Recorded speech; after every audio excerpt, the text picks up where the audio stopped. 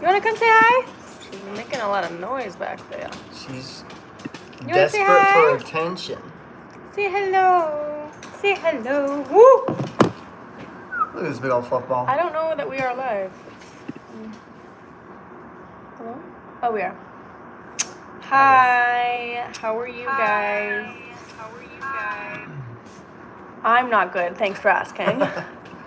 Hey, we already got people commenting. What's up, Todd, Casey? Woo. Hi, Todd. Hi, Roxy. Casey. Hi, Ol 85. Hi, Mark. Hi, everybody. Roxy Boxy 101. Diana. Taylor. Nicole. Prudence. Bella. Michaeline. Peanut. Huh? How do you say that? I don't know how you say that. I sometimes just go with the easier names. Just you skip them? Do you skip the hard names? If I know I'm gonna butcher the name, I will Just skip sometimes over skip them, yeah. It's hard, okay? I don't want to embarrass myself. Allison's here. Allison, do you miss us already? Because we miss you. Hi, Crystal. Allison was on your last live, huh? Yep. That's so fun. I apologize because I watched that live again and I'm like, what the hell? You can't hear like anything. Because it was out in nature, right? Halfway through. No, because like for half the time you could hear everyone in the hot tub, then everyone like leaves, and then the other half, then Allison's kid is like on the phone listening to a YouTube video really loud right next to the speaker. Oh no. And then well, like to me, I don't really notice the background of like kids yelling, but I feel like to other people that would have been annoying to hear like kids constantly in the background. It was a ruckus. That's what happens when you're on vacation and you just don't plan anything. Ooh, I saw Val. What's up, Val? Gerald's here. Hi, Gerald. Culty crew is all here. How was everyone's 4th of July? Thank you for the donation, Melissa. You're so sweet. Allison's like, oh my hell, I'm so sorry. That damn kid. It wasn't just that kid. It was just we were on vacation. So I looked back on it. I was like, it's fine. It was actually cool. Like towards the end, it was actually really, really good. And it was really cool. A lot of people really liked seeing everyone together. So even if they couldn't hear us, it's fine. It made me think of when we tried to go live in Malibu during the retreat. It was so hard. That is the but we made first it time work. I swore on a public live. Was that one. Wait, you swore? I said a swear word. Like Oh. I said the F word. I'm pretty sure that was the first time I ever Why? really Were swore. you stressed or something? Or? No, because like I was just out with everyone and I was running down the stairs and I was a little tipsy on wine. So I was like, look at this F. You can see like as I'm running down to the hot tub, I'm like, look at this freaking thing. And then I was like, I mean, then I tried to like fix it. That was a fun trip though. That I'm excited for the next one, which will be next year. How was everyone's 4th of July? We climbed Poo Poo Point. It's a real place in Washington. And it's where like the paragliders go down. As I was going up the mountain though, you weren't with us. You should have came. I know, I missed out. He missed out. Yeah, so I saw as we the were going post. up the mountain, then these people were coming down the mountain and they were like, oh, there's some black bears up here. Instead of running the other direction, no, literally- you start running towards it. Yeah, as they're coming down telling us, I'm like, oh, okay. So I start turning around to go back down the mountain because there's black bears and the rest of my group's still going. And I'm like, what are you guys doing? They continued and they're like, oh, it's fine. Just don't run because they'll try to chase you. Don't run and just be really loud. And I was like, what? Just be really loud. And I was shocked that Cammy and Rachel were like, yeah, let's keep going. And then the people in front of us, like they huddled with us because you want to be in a bigger group if there's bears. I was like, why are we still going?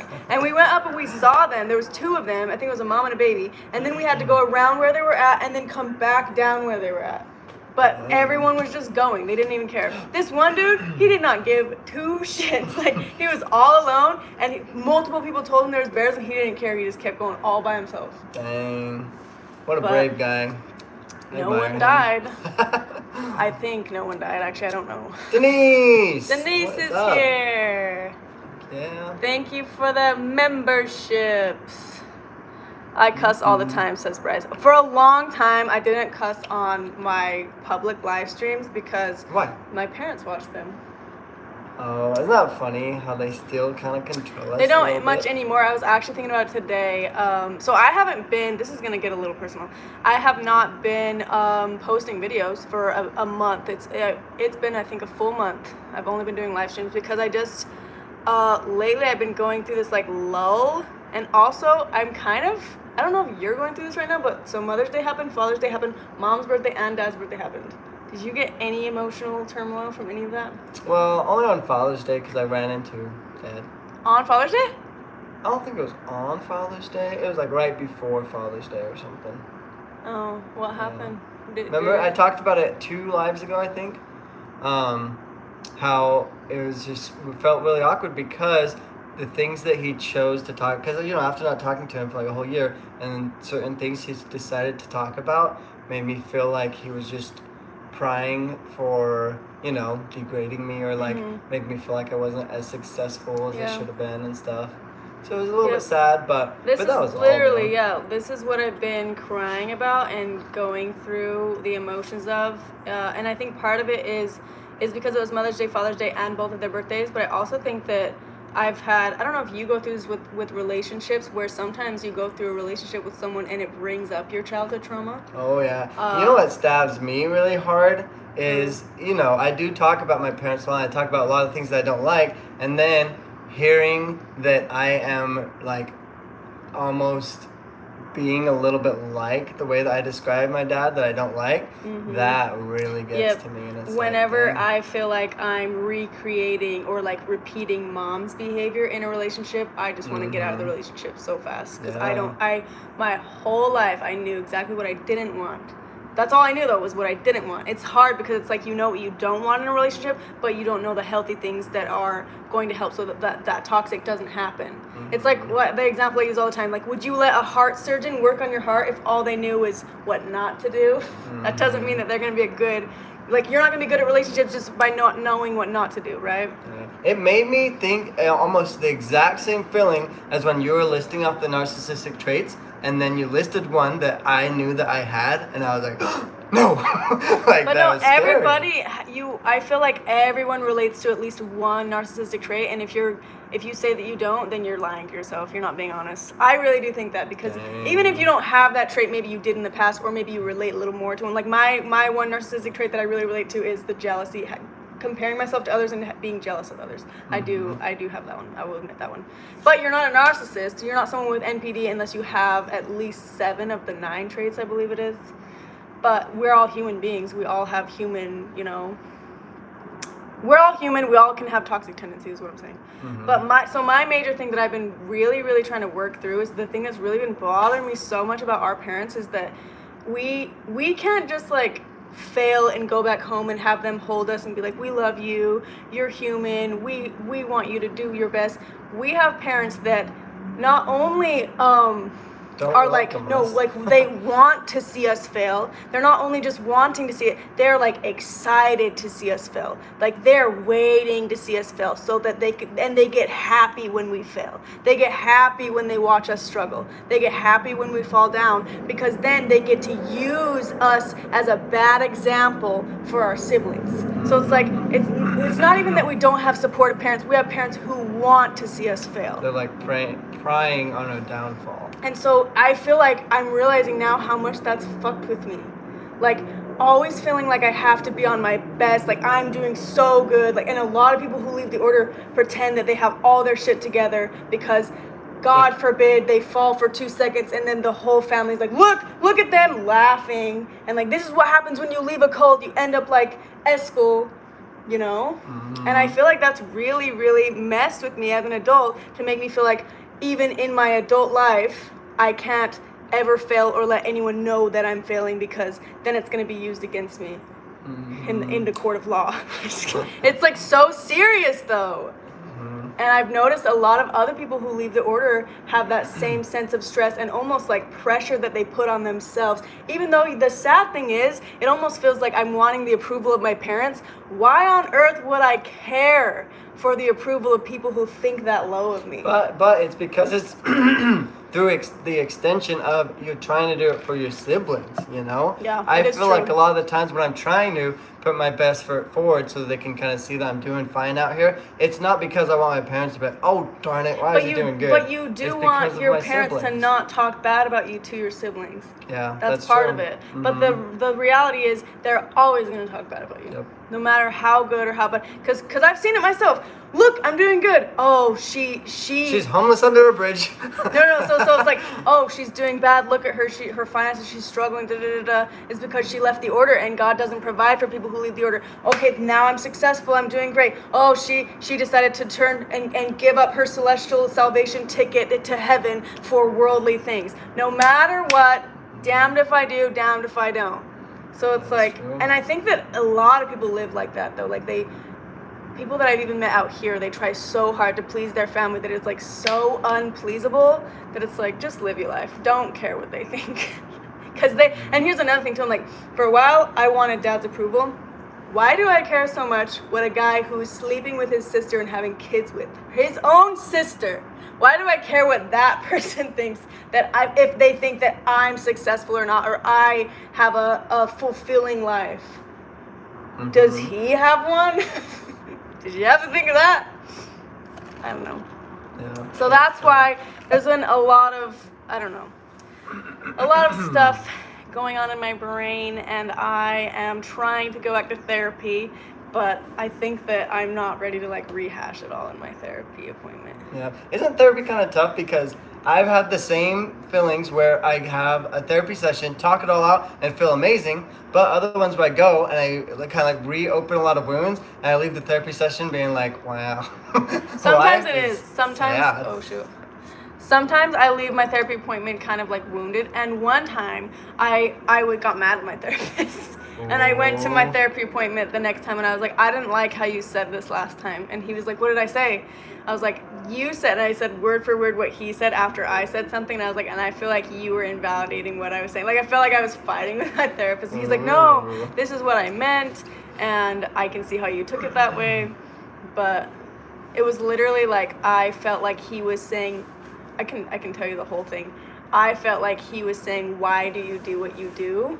Mm-hmm. And it was a trigger point for me because a lot of people in the order say, why don't you just move on? Why do you do this? So I was putting him in the same category, like, why do you do what you do? And so it was really something that was wrong with me, and we worked it out. But he did say he tries not to say the why are you doing this, because anyone who is asked that question is immediately a little bit threatened, because you're threatening their sense of self. Mm-hmm. Like, why do you do that? Well, and it sucks though, because we already have a whole group, an organization of 10,000 people that are out to get us, that really do want to paint us in the worst lighting. So it's hard to like go from that kind of a background growing up and also being like put down your whole life by people who are supposed to love and care about you, and then you get out in the world, and then when someone's actually being nice to you, you take it as a threat. Mm-hmm. Because your whole life you were in survival mode. Sorry, let me read your guys' comments. I have a narcissistic mom. This is Jackie J. I have a narcissistic mom and an enabling dad. No matter what, you wish for a healthy relationship and their approval. Healing is the acceptance that it's not a healthy relationship. Yeah. You know what's crazy is that it's always coupled with that, right? A narcissistic parent with an enabler. That they're like the match made in hell, right? Is like the narcissist has to have someone who's willing to let them walk all over them. And that's the truth. You can't have a healthy relationship with a narcissist. You can't. The only way a narcissist wants to have a relationship with you is on their terms. So if you're okay with being under them for the rest of your life, and that's not a healthy relationship, it's just a relationship that they want to have with you. Mm-hmm. Facts, Nina says. Amanda, I'm so proud of you. You are such an incredible person. I'm so sorry. Sending you the biggest hugs. Thank you, Crystal. I know, I feel like when I tell these stories, I hope you guys aren't thinking that I'm like, give me sympathy, feel sorry for me. It's more of like, I like to just paint out. I don't like to pretend that I'm doing okay when I'm not, and I like to paint out what's going on in my life right now in hopes that, just like that, Jackie has the same thing, narcissistic parent with an enabling, mom, dad. My parents are the other way around, so I'm getting confused. but it helps to be able to talk about it and to be able to see, oh, other people go through the same thing. How can we figure this out? Well, and there's something like invigorating about accepting the realities of life.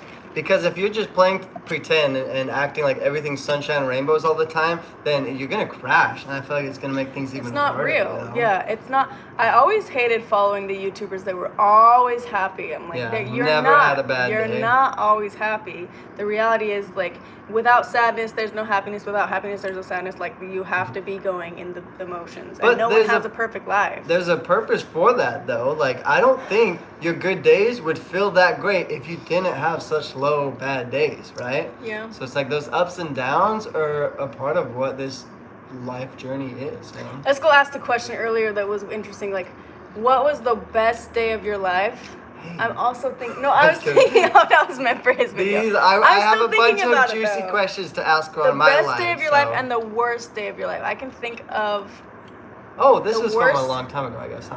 the worst times of my life. Is definitely in the order.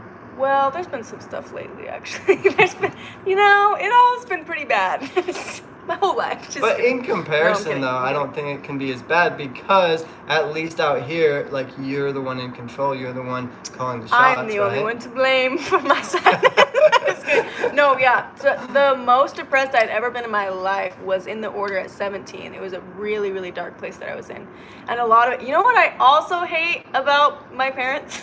Sorry, I am on one today. And I'm not even on my period. I just am on, like, I think I just really need to hash this out in therapy. But another thing that really, really bothers me is we grew up in this cult.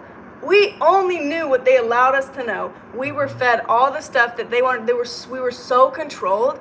And yet when we were acting out or being bad or being depressed or having mental issues, it's like they don't want to claim it. They're like, why are you acting like this? I don't know what's wrong with you. Like, it's Like you're all broken. our problem. But if we're good or we have anything that's successful with us, they want to take the credit for that. But Yeah. like you're a little kid and the parents are going to act like, I don't know where the hell they learned that from. You want to know something that's interesting about that, though? Grinds my gears. Is even with families outside of a cult, I feel like a lot of them raise kids in a very cult-like mindset. Have you ever noticed that? I feel like There's religious a lot families of, do, yeah. There's a lot of, rules and regulations and punishments and a mold shame. that they're trying to get their kids to be, right? Yeah. And to me, I feel like I don't like that because it reminds me so much of growing up in a cult. But a lot of families obviously do you that have with to have kids. structure with kids, right? You have to they need to know safety. They need to know those kinds of boundaries. But I think that with anyone, even in relationships, if you're a boyfriend and girlfriend, if you are so strict and so like shaming and blaming on the person, guess what starts to happen? They start to lie to you. They start to just keep things from you. You don't get to have a real relationship with them anymore because if you're not allowing them to be human and make mistakes, there's no room for that. That's impossible. So they're just going to start lying to you and not being like, if you want a relationship where your kids are lying to you and sneaking out of the house, then just be really, really strict with them. And then they're just not going to tell you shit. Yeah. That's what's so dumb about these parents that are like, I have to put these rules on them. Then the kids end up on drugs. Yeah, well, They're like, I don't know how here's that my happened. thought. You should tell me what you think about this, though, because I feel like what my solution is, like when I have kids, because I hope to have kids, and I want to raise them as best I can, but I know I'm going to make mistakes. But to me, what the big important difference is if you are setting up these rules or trying to help your kids for your own selfish gain and benefit, then I feel like it's coming from the wrong place, Yep. and they're going to be able to notice that. But if you're teaching them good hygiene and good things for them, to help them be a success, to set them up to have a good life, then they're going to receive that so much better. And they're going to feel it with actual love and not just like that, it's that conditional love and they only get your approval if they do exactly what you say. Yeah, and you also create, you can also create kids that don't care if it's good or bad attention as long as they're getting attention. If you become someone who's just a neglectful parent. Yeah. There's so many ways to mess up your kid, which is why you shouldn't have a kid unless you know what you're doing. Or at least when you're starting to know that you're going to have a kid, be ready for that kid to be the priority. And don't be mad when the kid doesn't end up exactly how you think they're going to end up. They're never going to end up. You shouldn't have expectations. Sorry, there's so many questions. This is really quick.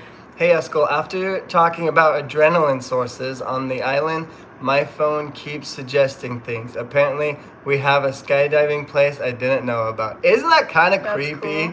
There have been multiple times where I have just had conversations with people and then I start getting ads for like indoor skydiving or like new jet ski places or something, you know? Like, it's creepy. They know so much. Gerald says, making a mistake isn't failing. The goal is to live life, grow, and learn. Amanda and Eskels, you both are doing awesome with your progress. See, why don't Thanks. parents live like that? And it's like the ones like you who don't have kids are the ones that should be having kids because you know how it is.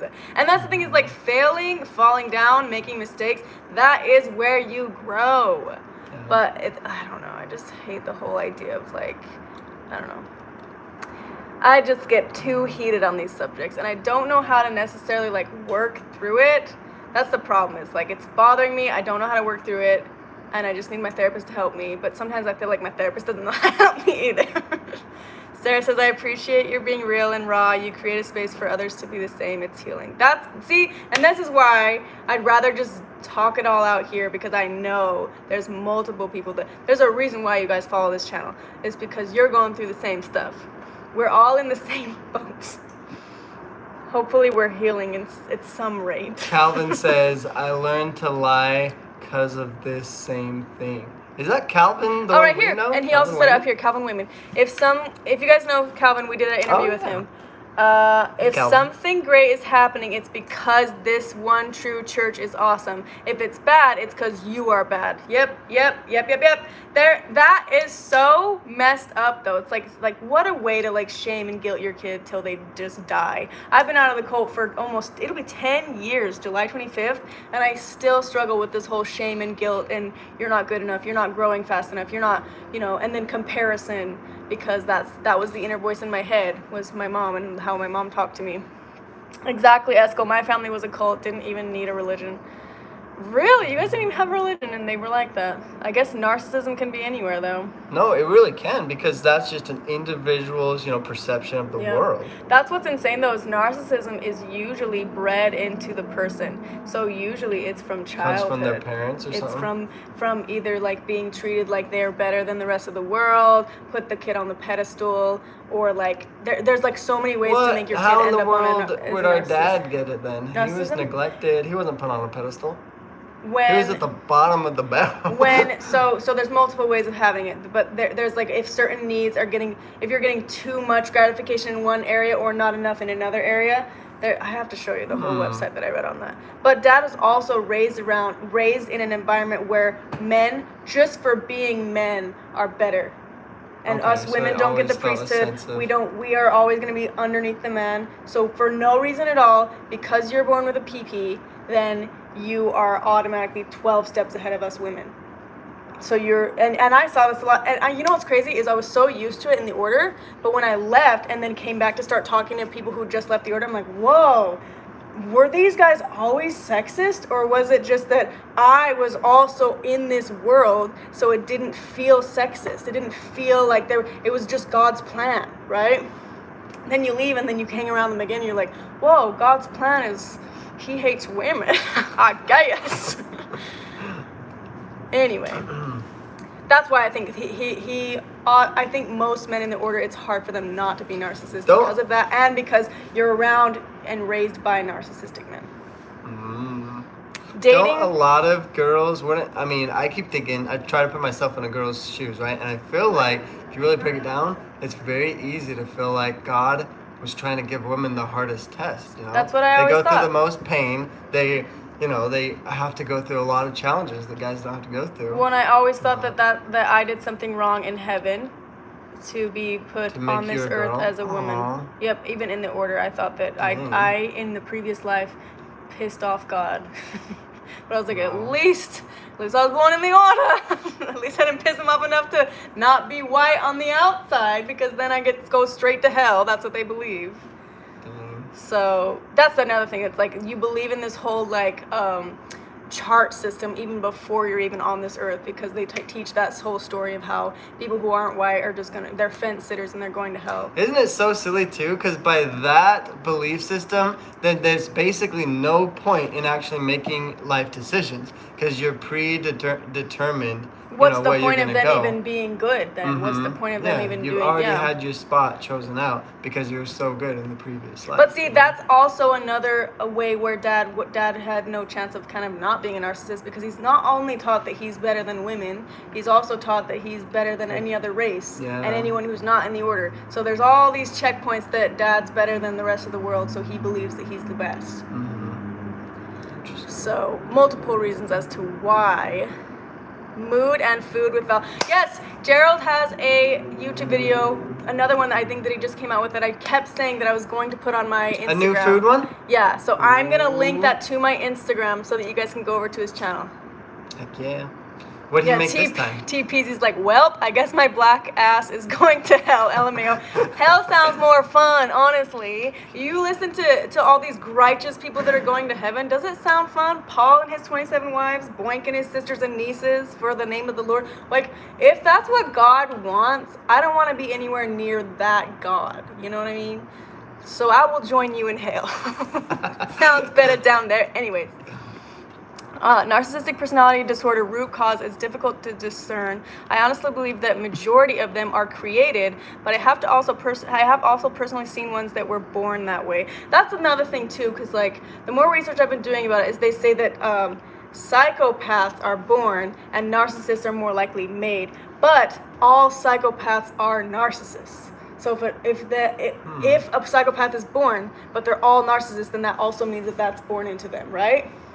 So I agree with you too, Pamela. There's no way of saying 100% you were born that way, or 100% your parents made you that way. I think that it can be, I mean, maybe if your dad and your dad's dad and your dad's dad and they're all narcissists, you have more of a chance of being a narcissist. Oh yeah, because also you can be cultivated into a narcissist, right? Can't you?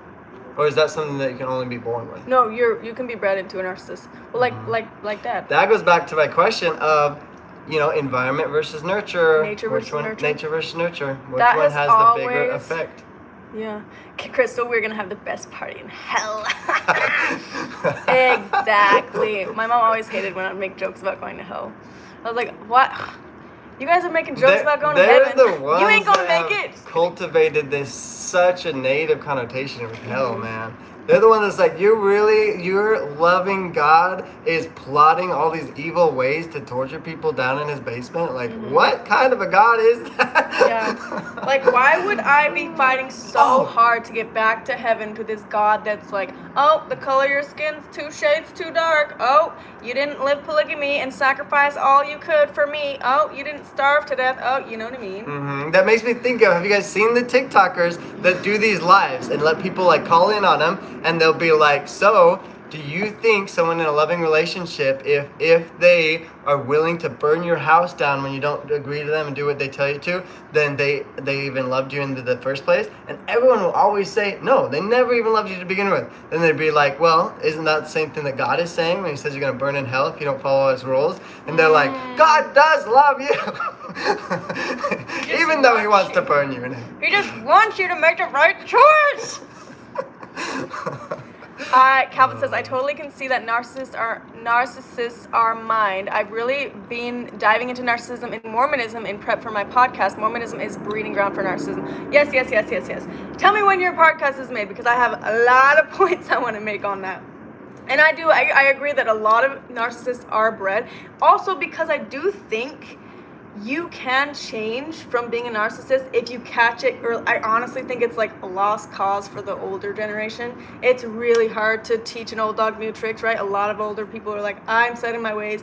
I just know that this way works for me and I'm not going to go back and change, right?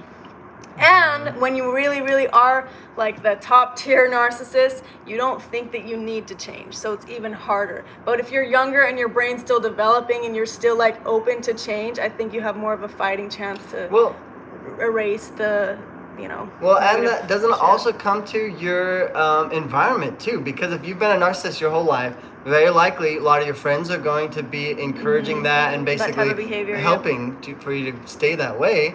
But if you're watching for that and trying not to be like that, you can actually help cultivate that with creating friends that are sympathetic, with doing That's things true, that'll and help you. I think that being in the order, it's easier to be a narcissist, especially Because as a there's man. more of them around But then you, when right? you leave, then you have to realize like how different how the world doesn't work like that as much out here. I mean, it does in some cases, but like the toxic environment in the order is actually a very negative place to be. And when you can finally get out of it, you can finally heal from it and realize that that's not the kind of way that you want to be raising your kids and living your life. Even when I was in there, I was like, I don't want to raise kids in this. Like I can't survive in this with kids. Don't you sometimes feel like that even with just the world though?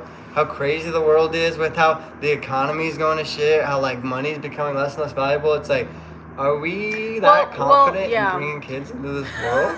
Why do you think we don't have kids?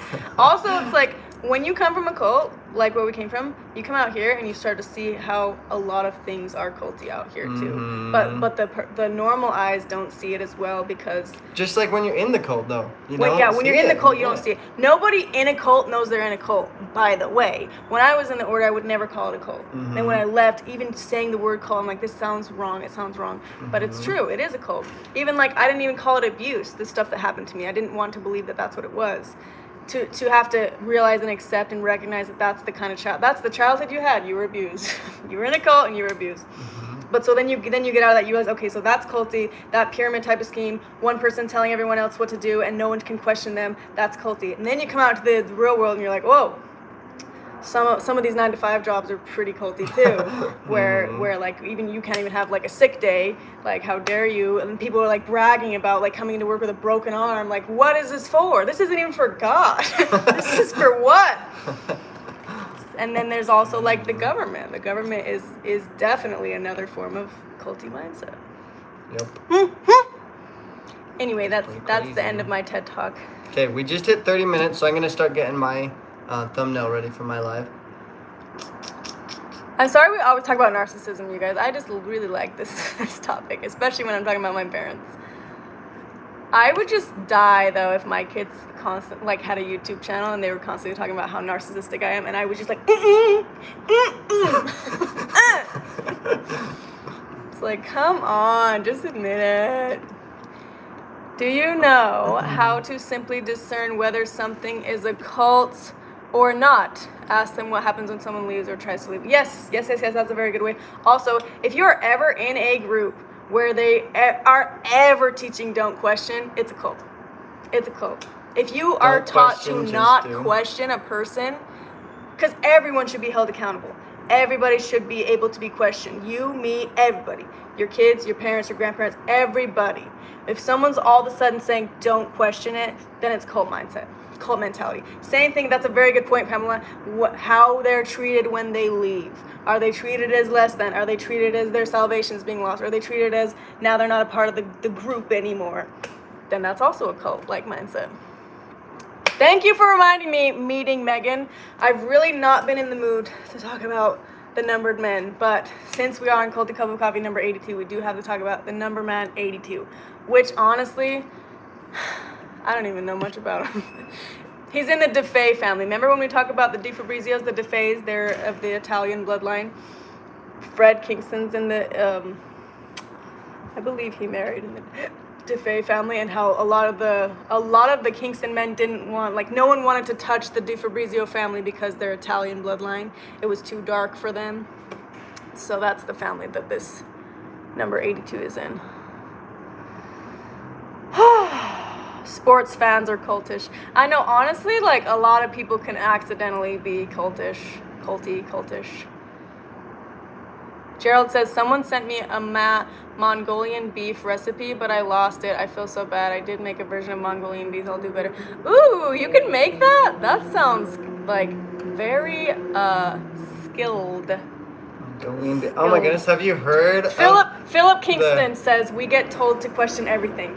Well, I was never told that in the order, and I was told, in fact, by numbered men, that questioning them is like questioning God, which is the greatest sin you can do. And I was told that by multiple of my peers. So, Philip, I would like to see any meeting where Paul said, question everything, okay?